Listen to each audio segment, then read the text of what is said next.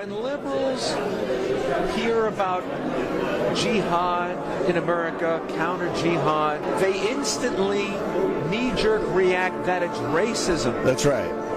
What have you learned, as coming from the liberal left of center, what have you learned about jihad that's different from what the Huffington Post thinks? The tendency, I think even of your most well-meaning moderate liberal, is to look at the world through a collectivist lens. So when I say Islam, they hear Muslim. If I say I'm against Islam, they hear you're against Muslims. The tendency then is to identify with, protect, sympathize with whoever you perceive to be the minority or the victim. So if I say I'm against a belief system of Islam, a collectivist is hearing that I'm against an individual. And so they say you must be a hate monger, a bigot, an Islamophobe, and why not throw in right-winger? So what we have is a perceptive disability. If we're to succeed in the counter-jihad movement, instead of saying, well, they should just think differently, we need to speak their language, and we need to explain that counter-jihad is about human rights. If you're a real liberal, you're against Islam.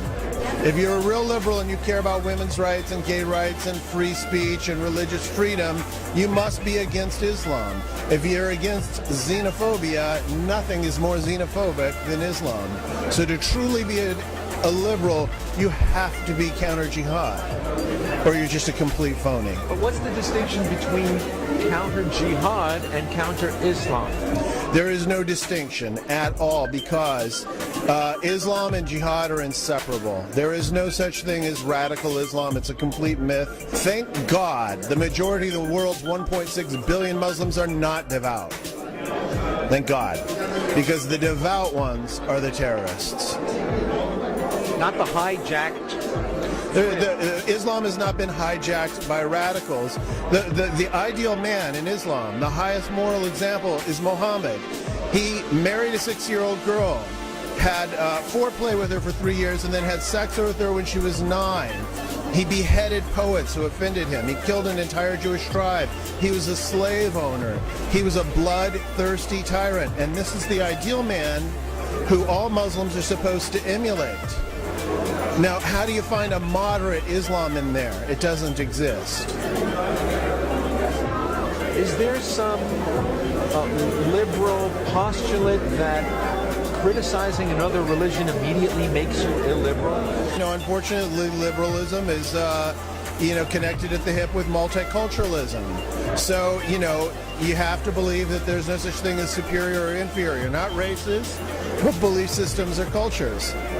And it's a lie. And now we have 1 or 2 generations who have been educated and indoctrinated into that lie through our public education system and our culture and our media. So that's a problem. Also, to so many liberals, to think to yourself that a minority group could possibly be in the wrong, I can't even have that thought. No one is more victimized by Islam than Muslims.